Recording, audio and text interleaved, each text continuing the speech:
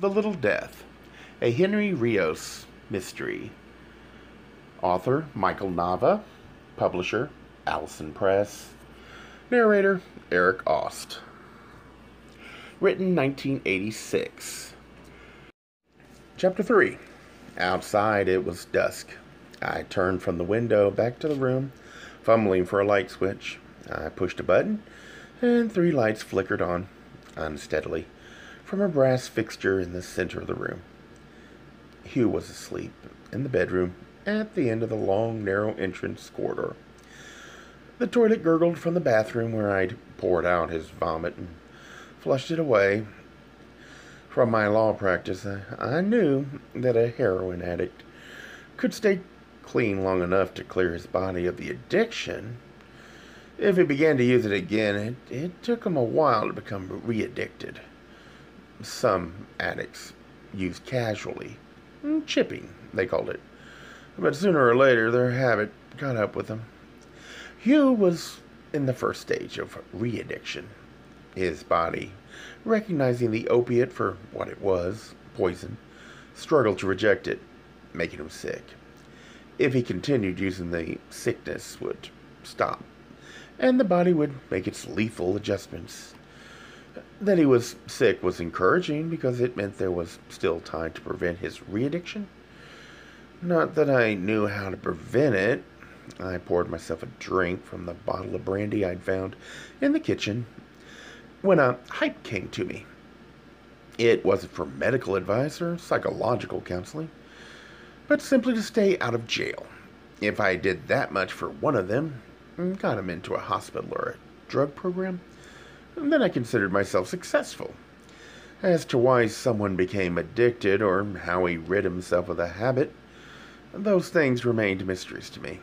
The only thing I was pretty sure about was that when dealing with an addict, the fact of addiction was more important than the drug. Thinking about Hugh, I wished, for his sake, that I knew more. I wandered aimlessly across the big bare room. The house had the dank, decaying smell of so many Victorian houses, as if the walls were stuffed with wet newspaper. Hugh's house, only a couple of blocks from Castro, was in a neighborhood undergoing renovation. Many of the neighboring houses looked freshly painted, or were in the process of reconstruction, or were for sale. His house was untouched by his activity.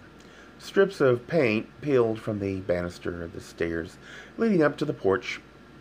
Inside, the rooms were painted white, badly, in some spots barely covering the last application of gaudy wallpaper.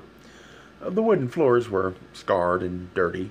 From the kitchen, the refrigerator shrieked and buzzed, and then subsided to a low whine. It wasn't the house of an heir. Yet there were incongruous aristocratic touches. There were dazzlingly white sheets on his bed and freshly laundered towels piled in the bathroom.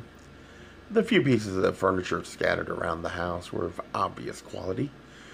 The brandy I was drinking was Corvassor, VSOP, and the glass from which I drank, it appeared to be Cristal. I found myself at the bookshelves, which held a couple of dozen books. Many of them were worn-out paperbacks, Tolkien, Hermann Hesse, a volume of Ginsberg, the library of a college sophomore of the 60s. I opened the Ginsberg. Written on the flyleaf were Hugh's name, the year 1971, and the words New Haven. Inspecting the second shelf, I saw the books were poetry, mostly, and by people I've never heard of. The spine of one volume was cracked, and when I opened it, a sheaf of pages fell out. Fluttering to the floor, I knelt down to pick them up and saw on the bottom shelf a framed photograph laid face down. I picked it up with the pages, put the book back together, and turned the picture over. It was the portrait of a woman, a lady, I thought. She may have been as young as 50. It was hard to tell from the black and white photo whether her hair was white or an ashy shade of blonde. Light and darkness had been tactfully deployed on the plain background behind her. The obvious effect was timelessness, and the apparent reason was the woman's age. Still, there was an elegance in her angular, handsome face quite apart from the photographer's craft, and a kind of luster in the brightness of her hair and eyes. I thought she must have once been beautiful. "My mother," a voice commented behind me. I nearly dropped the picture in surprise and turned to find Hugh standing at the edge of the room, just outside the light. He stepped forward, white-faced, his eyes exhausted. "Sorry, I didn't mean to come up on you like that." He held out his hand for the photo, and I gave it to him. He studied it a moment, then returned it. I laid it back on the bookshelf. "Nice picture," I said. "Looks professional." "The official portrait," he said with a trace of contempt in his voice, "and appears on all the dust jackets." "She writes." He nodded, seating himself on a corner of the couch, drawing a thick sweater across his bare chest. I noticed for the first time watching him that the room was cold. "What has she written?" "Poetry, mostly." "I didn't notice any of her books on the shelves." "I don't have any." "You're not close to her." "I haven't seen her in years." "Does she live in San Francisco?" "No." "In the East. Boston, I think." "With your father?" He hesitated a second before saying, "He's dead." I heard his hesitation with a lawyer's ear, and something about it was not quite right. So I asked, "Are you sure?" "Don't cross-examine me." He shivered and reached to the table for the brandy, swigging it directly from the bottle. Then he put it down and ran a hand through his already disheveled hair. He looked fragile and unhappy. "I'll make you some coffee," I said, still standing by the books. "If you'll tell me where it is." "Blue canister in the refrigerator," he said, shivering again. When I returned to the living room, he was standing at the window, which was now black with night, facing himself, a ghostly reflection. I set the mugs of coffee down and went over. "Something out there?" A car passed by slowly without its lights on. "Has that happened before?" "No," he said. "And maybe it wasn't meant for me." I made a noise in the back of my throat. "You still don't believe that I'm in danger of being killed?" "You're doing a pretty effective job of killing yourself." He turned away abruptly, went to the table, and picked up a cup of coffee. "I'm sorry about today." "Do you want to talk about it?" "I was bored and lonely. Some would call that the human condition." He laughed mirthlessly. "My coping mechanism is easily overwhelmed." "That sounds like a diagnosis." "My last analysis." He replied carelessly. "Who also told me that intimacy is difficult for me." I hadn't noticed. "Sex is not the same thing." "I see. Thank you for setting me straight." "Oh, wait," he said. Let's start over. I asked you to come up because I wanted to see you again, not to score points against you." "All right," I said, crossing over to the couch and sitting down beside him. I laid my hand tentatively on his. "Tell me what happened between last weekend and today." He looked at me intently through cloudy blue eyes, then said, "Have you ever heard of a poet named Cavafy?" I told him no. "A Greek poet. Gay, in fact. He wrote a poem about a young, desolate man who tires of his life and resolves to move to a new city and mend his ways. The poet's comment is that moving away is futile, because having ruined his life in one place, he has ruined it everywhere. And I had so many good reasons for leaving New York and coming home, but when I got here, they evaporated. I was the same person. It was the same life.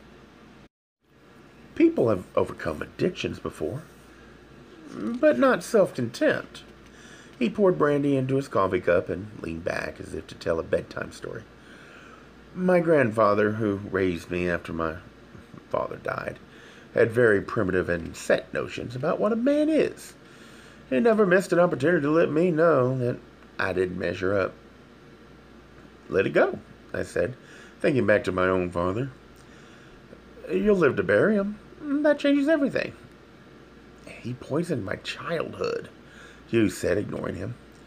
"And I looked for causes not knowing they didn't exist, believing that I deserved his abuse." Something in his tone made me ask, "What kind of abuse, Hugh?"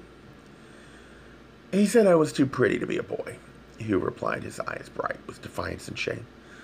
And slowly, I understood. "He assaulted you sexually." "The joke is that I already knew I was gay. Knew I was different.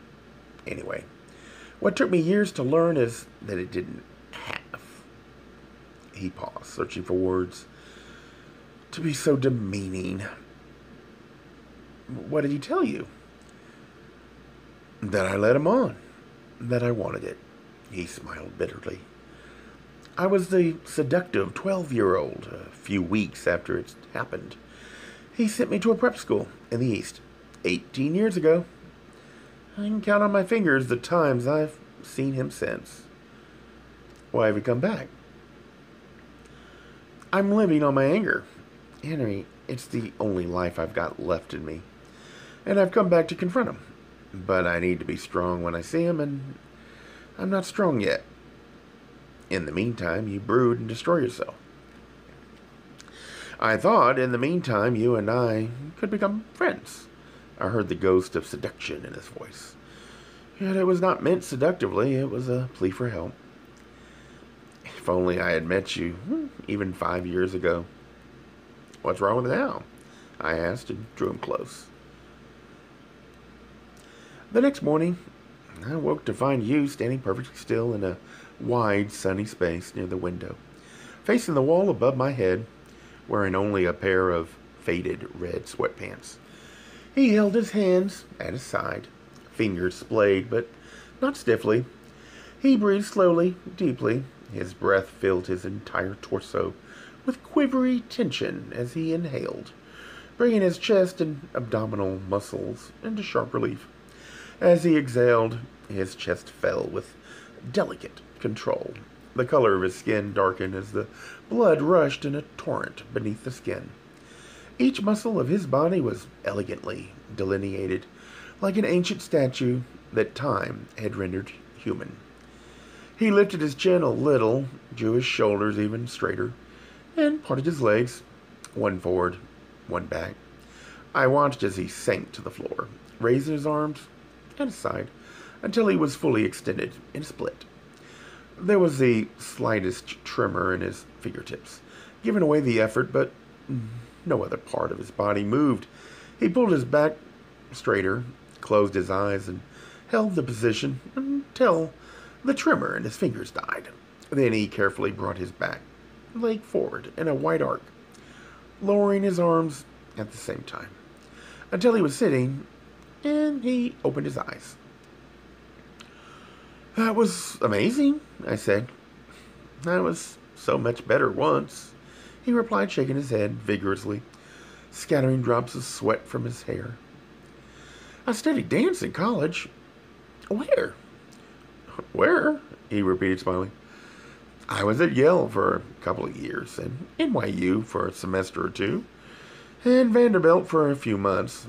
I moved around." "Without ever graduating?" "I never did, no." He stood up, crossed over to the bed and mattress laid against a corner, and extended his hand. "Hey, get up, and I'll take you to breakfast." I let him pull me out of bed, and our bodies tangled. He was flushed and a little sweaty, and his hair brushed against the side of my face like a warm wind as we drew each other close. An hour later, we were sitting at a table in a dark, smoky corner of a coffee house on Castro. The waiter cleared out breakfast plates and poured more coffee. "So, you still consider yourself a hype?" I asked, pursuing our conversation. "Of course. I'm addicted whether I use or not, because being high is normal for me, and now I function best. When I'm not using, I'm anxious. I'm pretty anxious myself. Sometimes, but I've never felt the desire to obliterate myself. It's not just the sedative effect of a hype craze, it's also the rush. And the rush is so intense. Like coming without sex. I've heard that before from my clients. One of them said it was like a little death. Hugh looked at me curiously and asked, "So you know what that means?" I imagine he meant you lose yourself. Exactly. La petite mort. That's what the French called orgasm. They believe that semen is sort of concentrated blood, so that each time a man came, he shortened his life a little by spilling blood that couldn't be replenished. And women? Then as now, men didn't much concern themselves with how women felt. He finished his coffee. Let's go for a walk. Walking down Castro toward Market, Hugh reached over and took my hand. Self-consciously, I left it there. It perplexed me. How sex with other men seemed natural to me, but not the small physical gestures of affection and concern. What I remembered most clearly from my first sex with another man was the unexpected tenderness. It disturbed me, disoriented me. I guess I had expected homosexuality to be dark and furtive. But it wasn't. It was shattering, but liberating to come out, and it ended a lot of doubts that had been eroding my self-confidence. I remember thinking back then, so this is it. One of the worst things I can imagine happening has happened, and life goes on. And we rounded the corner of Castro and crossed over to Market. He gently let go of my hand. We were out of the ghetto. I reached over and put my hand back into his. He looked over at me, startled, then tightened his grip. And life went on.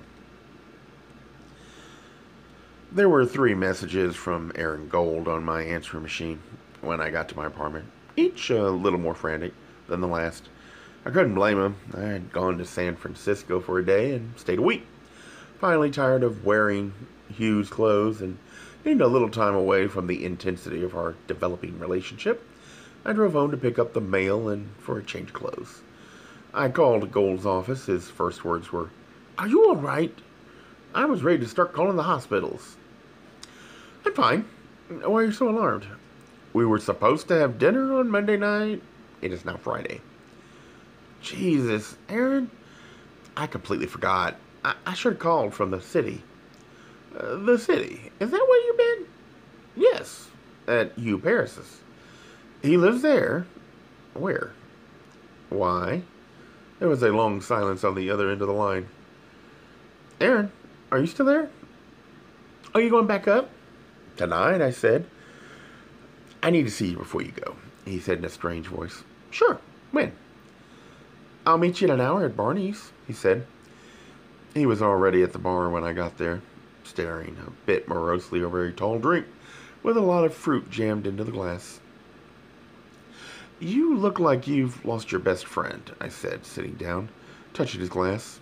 I said, "What's that you're drinking?" "A pink lady?" He said nothing. I had it to provoke him. Jews really don't have the hang of ordering alcohol. "You're pretty chipper," he said sourly. The waitress came over, and I ordered a Mexican beer. "I'm happy, Aaron." "Hugh Paris?" he asked, with almost a sneer in his voice. "Tell me, what do you really know about him?" "I'm not sure I understand what you mean." He waited until I had my drink, then said, "You've heard of Grover Linden?" "In this town?" I said. "You might as well ask me if I know who my father is." "Great-great-grandfather," he said.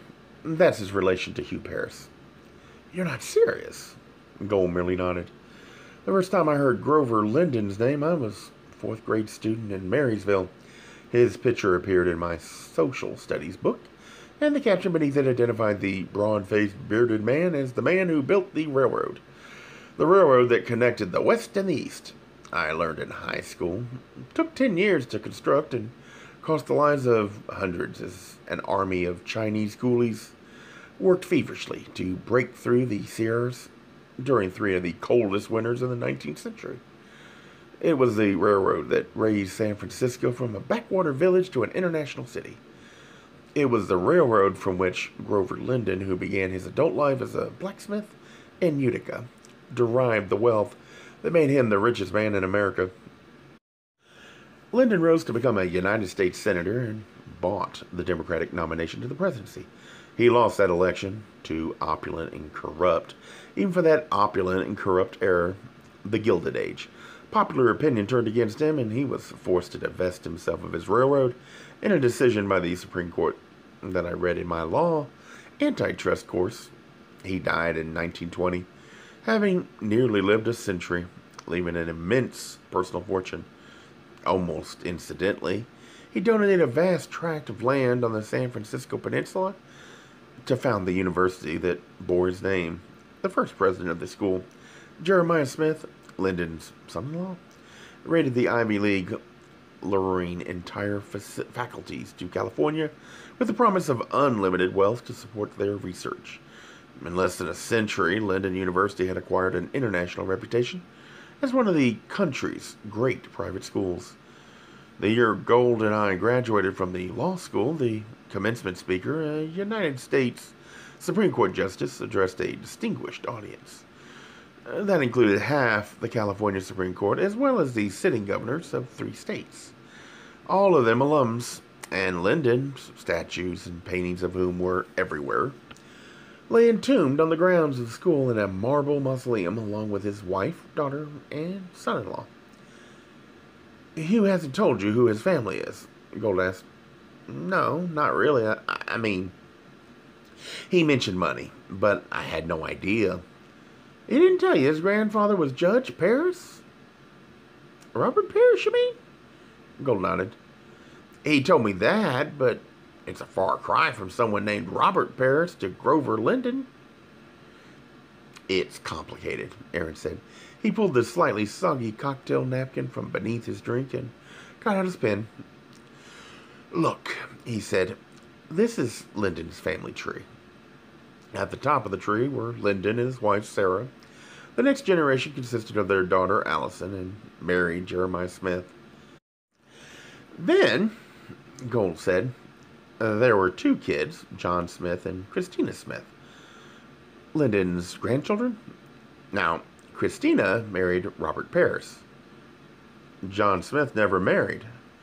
No, he shrugged. Linden's descendants aren't prolific. Christina and Robert Paris had 2 sons, Jeremy and Nicholas. He traced the tree down into that generation. Nicholas married Catherine Seton. Hugh is their son. He tucked his pen back into his coat pocket. I studied the napkin. Hugh's the last living descendant of Grover Linden? No. John Smith is very much alive. He controls the Linden Trust, Gold said, referring to the megafund, the income of which supported the university's research, which ranged from cancer cures to bigger and deadlier nuclear bombs, with the emphasis on the later. John Smith, I repeated, and suddenly it came to me. He bailed Hugh out of jail. Gold lifted an eyebrow, but said nothing. Are there any other descendants? Hugh's father, Nicholas. Hugh told me his father was dead. He might as well be, Gold said. Nicholas is locked up in an asylum, a basket case. And Hugh's mother, Catherine? The parents divorced 20 years ago. I don't know anything about her.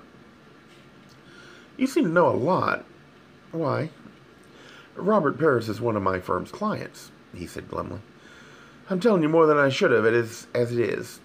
Why tell me this much? For your own good. Hugh's a black sheep.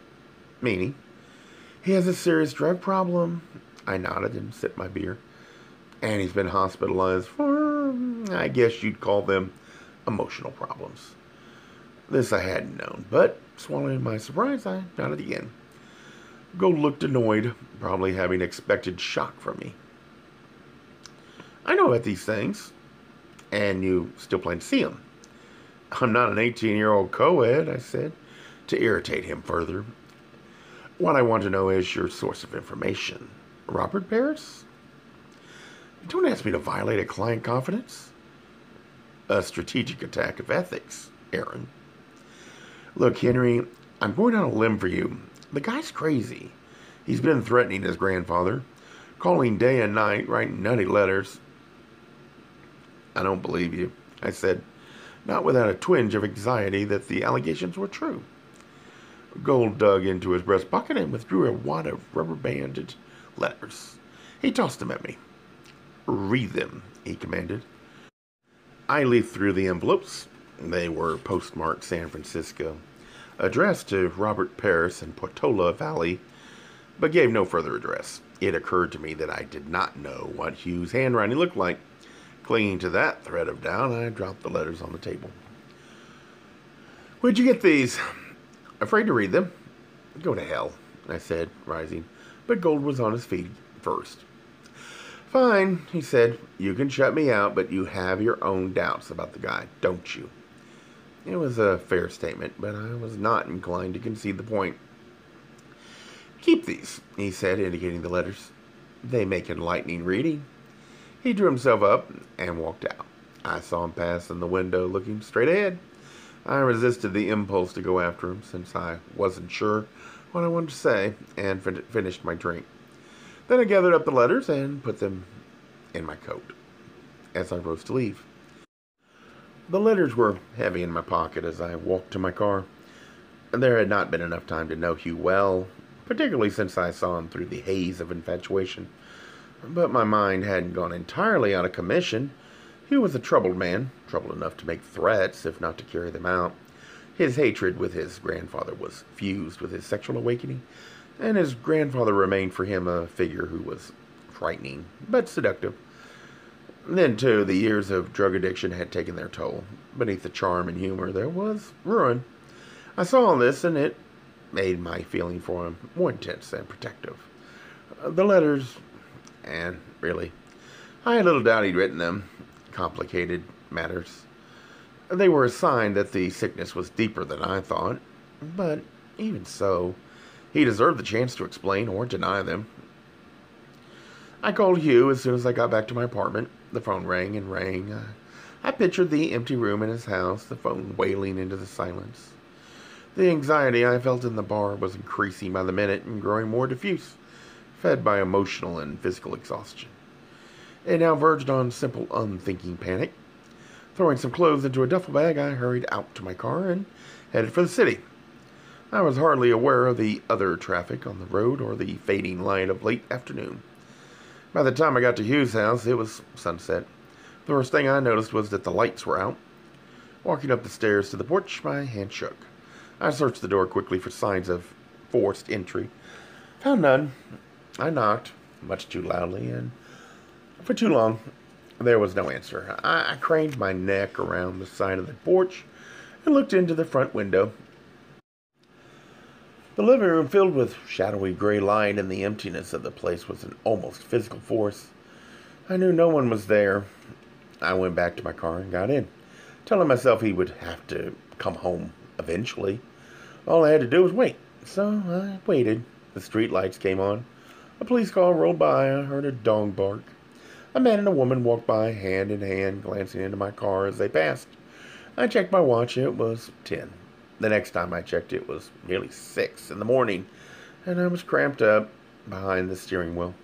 My panic had dissipated, but as I looked at the house, it seemed to emanate a kind of deadness. I went back up the stairs to the porch and knocked on the door. I waited a few minutes, watching the neighborhood awaken to another perfect end of summer day. Defeated, I turned away, went down to my car, and left. The drive home seemed endless. A tall, sandy-haired policewoman was leaning against the wall outside the door to my apartment. She asked me if I was Henry Rios, and when I agreed that I was, she asked me to step over to a patrol car. "What's going on, officer?" "A man died," she said simply, "and he had your business card on him." "Who was he?" I asked as a chill settled along my spine. The bright morning light suddenly seemed stale and unreal. "We don't know," she said briskly. "He wasn't carrying a wallet." we'd like you to come down to the morgue and see if you can identify the body. We went over to the patrol car. Her partner was standing alongside the car, drumming his fingers on the roof. He opened the back door for me, and I got in. They got into the front, and we swept down the quiet street. You are a hard man to track down, she said. We've been trying since last night. I was out, I said. A bachelor, her partner said, smiling into the rearview mirror. I smiled back.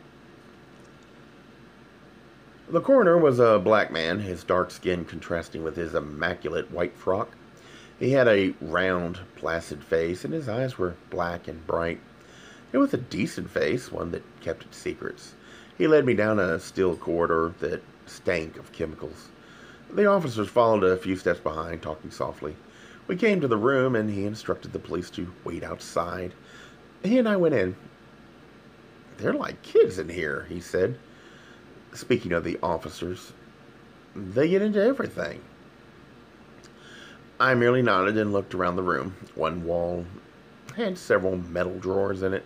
On the drawers, just below the handles, were slots into which there had been fitted squares of cardboard with names typed on them. There was a row of steel tables set on casters, lined up against another wall. It was quite cold in the room. A white room. White lights overhead. The coroner moved around quickly and efficiently. When did all this happen? I asked as he put his hand on the handle of a drawer marked John Doe. Well, estimated time of death around 10:30 last night. They found him in San Francisco Creek, just below the footbridge leading out of campus. Drowned. And 3 feet of water? I asked incredulously.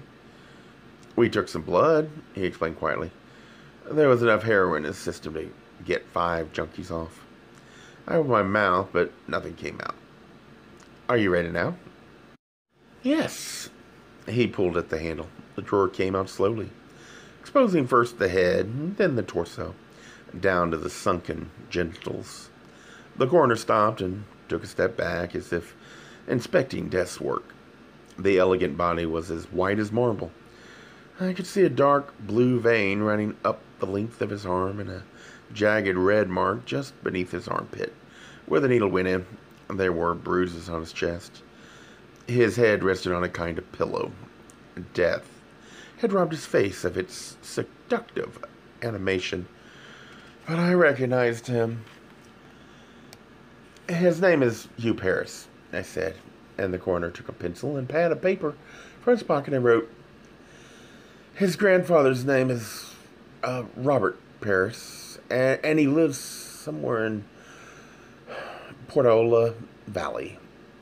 I don't know where. I heard the pencil scratching, but I could not take my eyes off of Hugh's face. Is that it? Yes, that's all. The police will want a statement. I looked at the coroner. The dark eyes were impassive, but remotely sad as he studied Hugh. Such a young man. It's a shame. I agreed that it was a shame and excused myself, hearing as I left the drawer slide shut. The 2 officers were at the far end of the corridor, smoking. They looked up when they saw me, and the woman smiled. As I approached, I saw the smile leak from her face. I stopped, ran the back of my hand across my eyes, and inspected it. It was wet.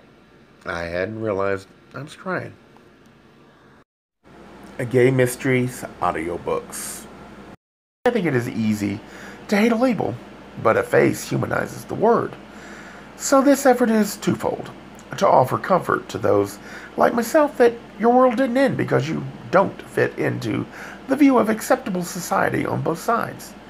And in hopes of helping those with family that are LGBTQ, that it doesn't mean we are aliens from the child they once knew.